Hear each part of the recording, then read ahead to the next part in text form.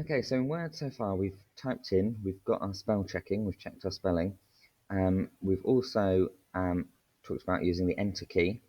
Okay, so the big key to the right of the letters where you, with the sort of downward arrow on it, which lets you move down lines. We've then changed the colours and styles of our writing, and we've added in some bullet points. So the next stage is to look at the background colours and the page borders. And once we've done this, we've kind of got the basic gist of Word, and then we can move on to some more advanced skills. So the background colour is really quite simple to do. Now you have to be really careful with background colour because you don't want to print out lots of information from Word with background colours on it. Okay, and you also need to be able to see the colour of the writing. So to get a background colour, you click on the Page Layout tab. So I'm moving away from Home to Page Layout, and we've got Page Colour. You click on that and you've got different colours. As you can see, as I'm selecting it, the colour is changing. If I go for a greeny sort of colour, you can't really see the writing. Red, the writing looks horrible on, so you have to be really careful. Okay, so I am going to go for a darker sort of blue. As you may have also noticed, it's changed some of my writing for me. So where my writing here is black, when I go to darker blue, it changes it to white automatically, just because I've put special effects on it, and it's working out where the colours are close to each other.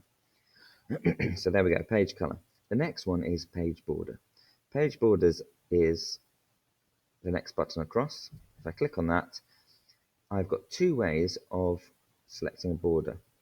Okay, I can either select a type of line, so it might be a jagged line or something from this list, in which case it will put my border on. Okay, so let's have the double jaggedy line. I can then change the color underneath. So let's go green.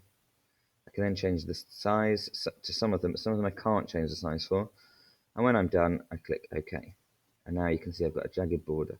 The other sort of border is an arty border. So if we click page borders, I can ignore all of these, and I can go to art, and I've got a list of art type borders on here. So I can scroll down, I can pick something that I like. Let's maybe have those stars. Again, some of them will allow you to choose a color. So let's have that. And now I've got my stars. Some of them, if I go page borders and I change, and I pick, say, the apples, will not allow you to change the color because they're a set thing. Okay?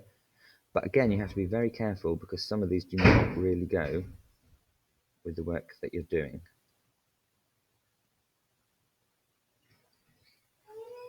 So I'm going to find another one that might go. There's lots and lots in here. Let's go back to the stars. I quite like the stars. I'm going to have them in my green colour. Click OK.